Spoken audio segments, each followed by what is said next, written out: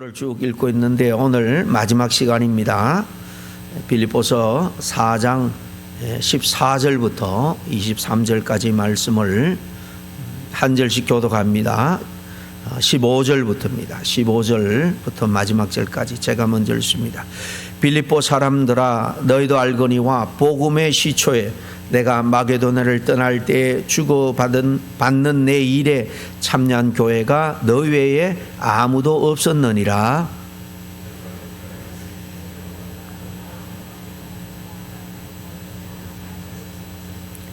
내가 선물을 구함이 아니요 오직 너희에게 유익하도록 풍성한 열매를 구함이라.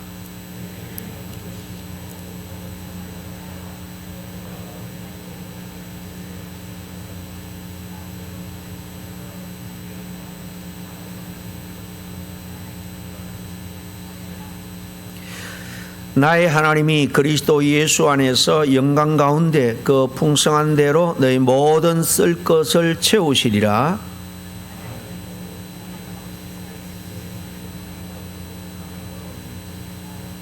그리스도 예수 안에 있는 성도에게 각각 문안하라. 나와 함께 있는 형제들이 너에게 문안하고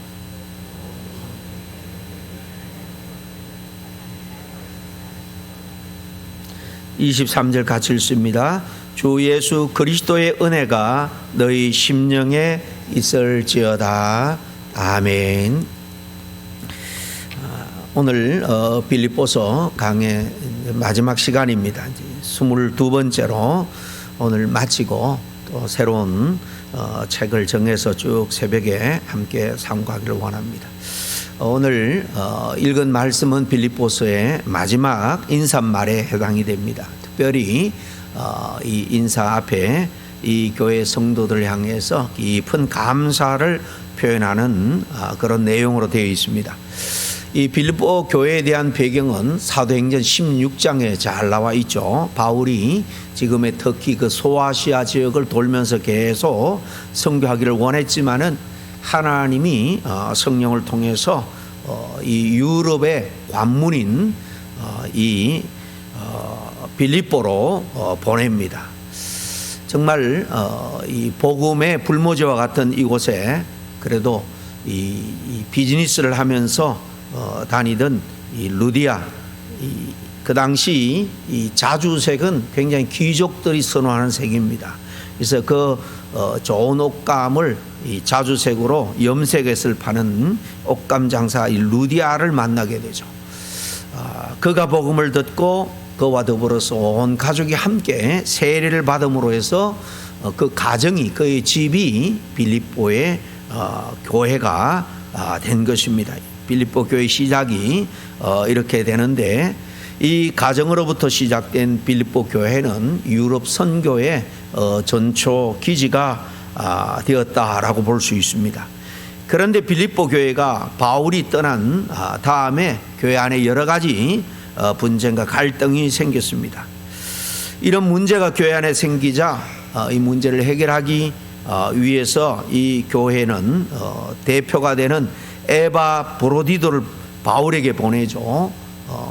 선교하다가 지금 로마 감옥에 있는 것을 안 빌립보 교회 성도들이 정성을 다해서 선교 헌금을 이 에바브로디도의 손에 들려서 바울이 있는 로마로 보냅니다. 이 에바브로디도로부터 교회 사정을 들은 바울은 이 빌립보 교회를 직접 찾아가서 이 문제를 해결해 주고 싶은 마음이 꿀뚝같았지만은 지금 처지가 옥중에 갇혀 있는 이 가택 연금 상태였기 때문에 그렇게 할 수가 없었죠. 그래서 할 수 없이 자신의 소견을 편지로 이렇게 구구절절히 적어서 디모데 편으로 이 교회에 보내게 되었는데 이게 바로 오늘 마지막 읽게 되는 빌립보서입니다. 이 마지막 본문은 보통 바울 서신이 그런 것처럼 마지막 이제 인사로 맺습니다. 특별히 감사를 덧붙이는 인사로 마감을 하는데요. 읽은 내용을 간단하게 요약을 해보면 이렇습니다. 앞에 15절부터 2절은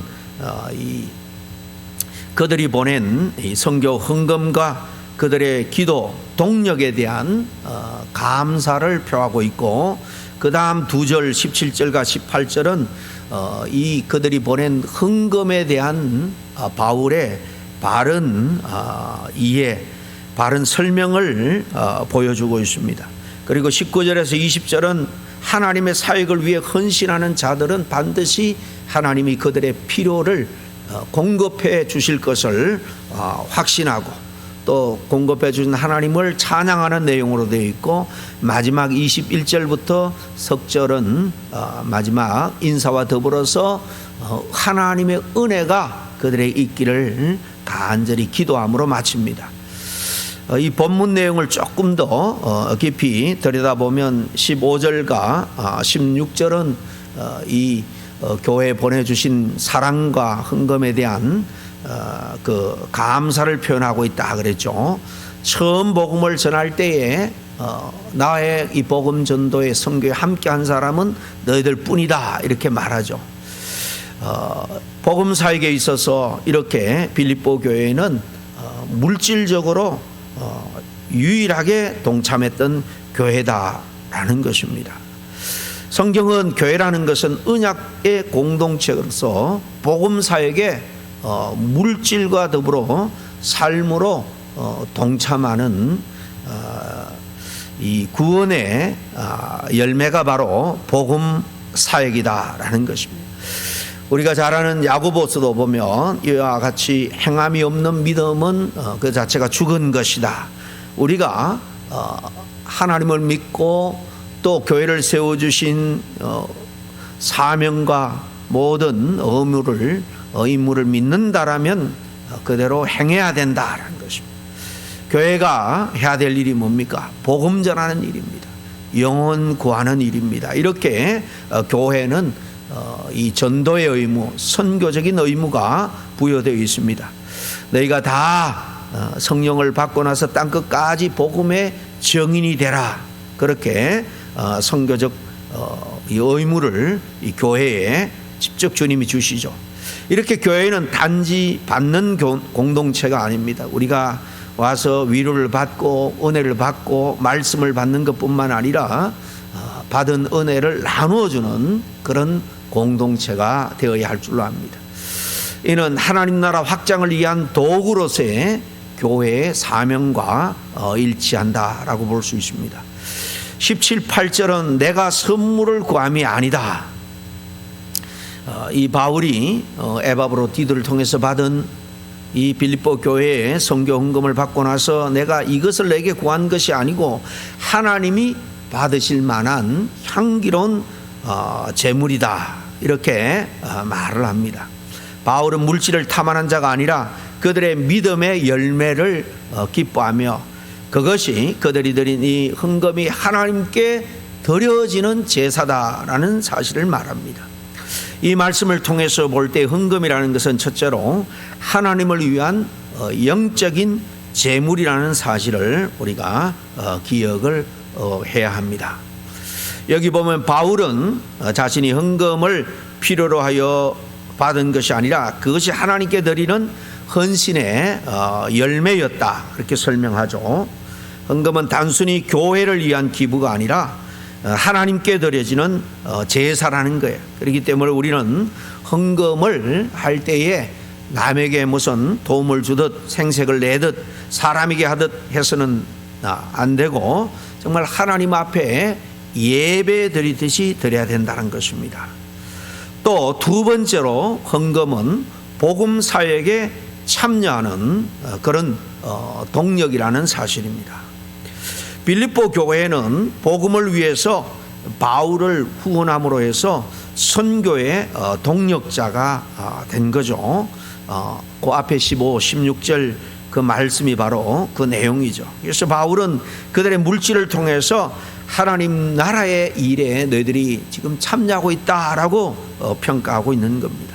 그러므로 우리는 헌금은 단지 재정적인 도움이 아니라 하나님의 일에 함께 참여하는 통로임을 기억하고 하나님 앞에 헌금을 해야 됩니다. 셋째로 헌금은 신앙인의 그 신앙의 열매라는 것입니다. 다른 말로 하면 신앙의 성숙을 나타내는 또 척도가 된다는 거예요. 금액의 많고 적음을 기준으로 말하는 것이 아닙니다. 얼마나 내가 정성껏 최선을 다하고 있느냐 하는 기준이죠.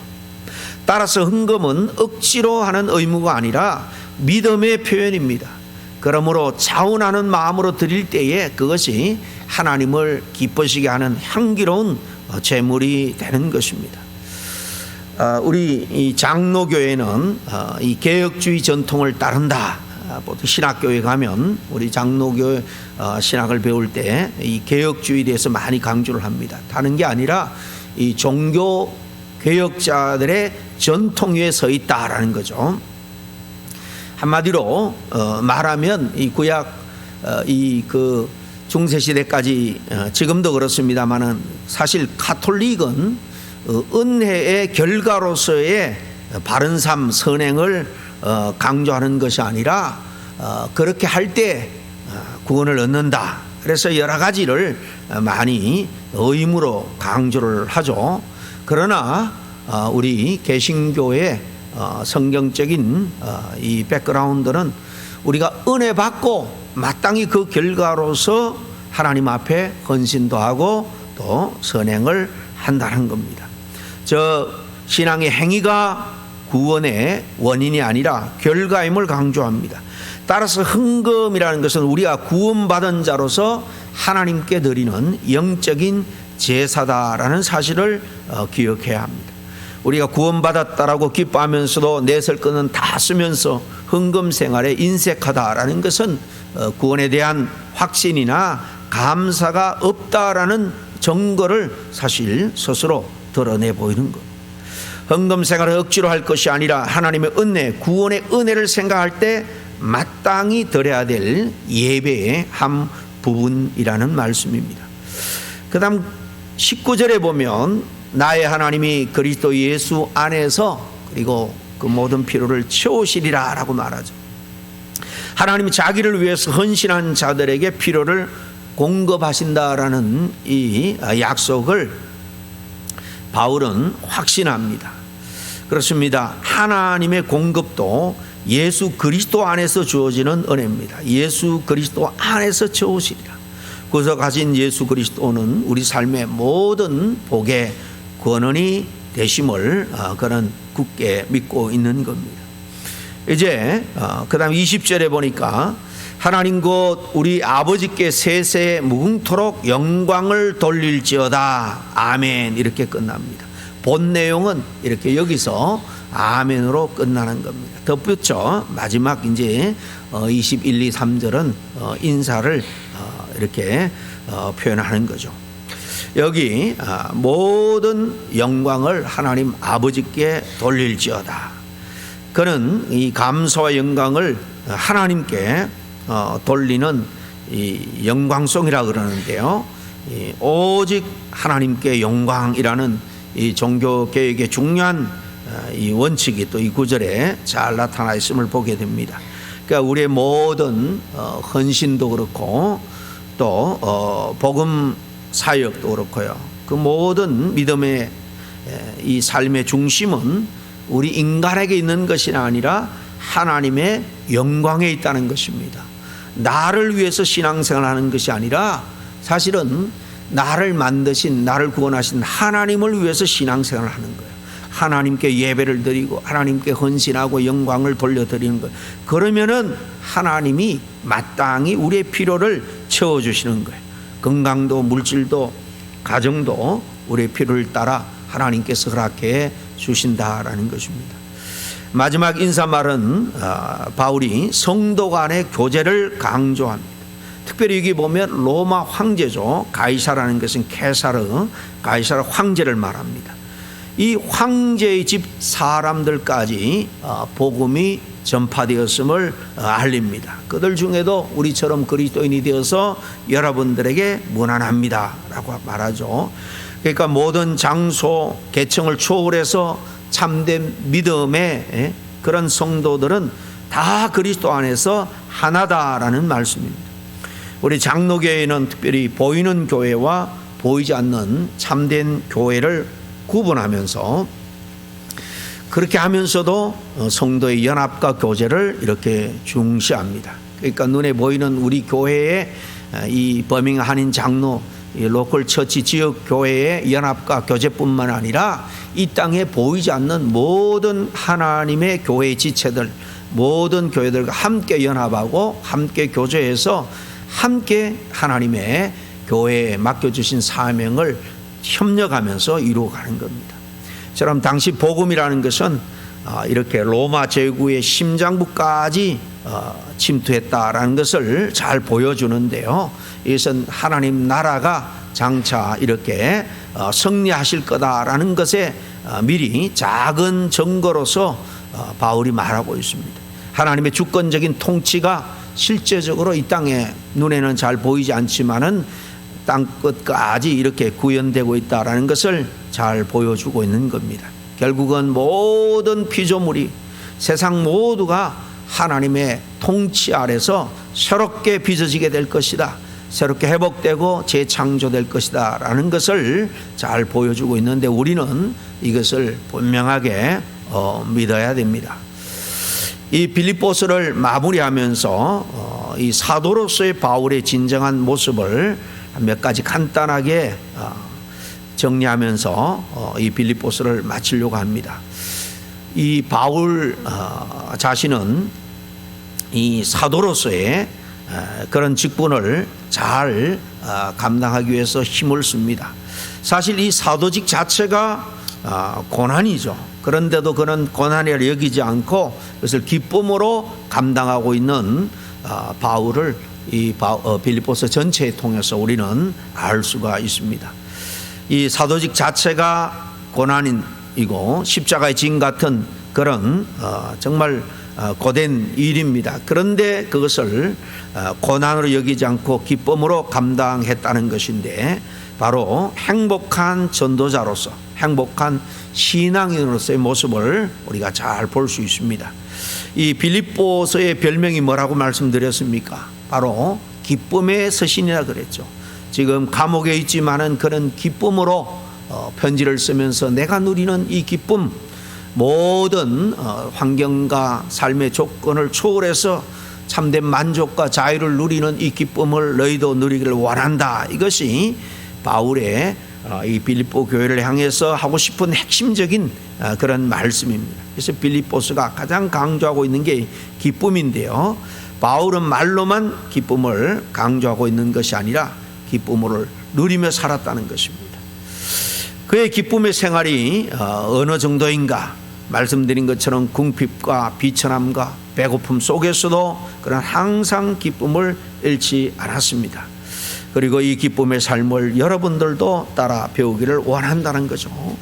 또 바울의 이 마지막 인사말에서 우리가 느낄 수 있는 것은 교회에 대한, 그리고 성도 한 사람 한 사람에 대한 바울의 열정과 사랑입니다. 바울에게 있어서 항상 우선순위는 교회고 성도의 삶입니다. 교회가 우선이기 때문에 빌립보 교회를 향해서 감옥에 있으면서도 불구하고 지금 이처럼 위로를 담아서 사랑을 담아서 애틋한 연애 편지와 같은 편지를 그들에게 보내고 있는 겁니다. 자기 처지에 대한 무슨 변명을 위해서도 아닙니다. 자기 형편을 좀 더 이롭게 하기 위해서 편지를 쓰는 것도 아니에요. 더 많은 선교 헌금을 받기 위한 게 아니라는 것입니다.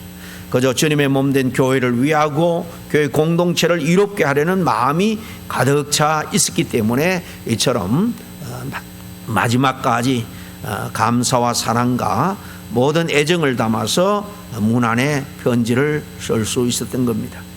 그의 마지막 인사말 23절에 보면 그 마음이 고스란히 담겨져 있죠. 주 예수 그리스도의 은혜가, 하나님의 한량없는 은혜가 너희 심령에 늘 있기를 바란다는 거죠.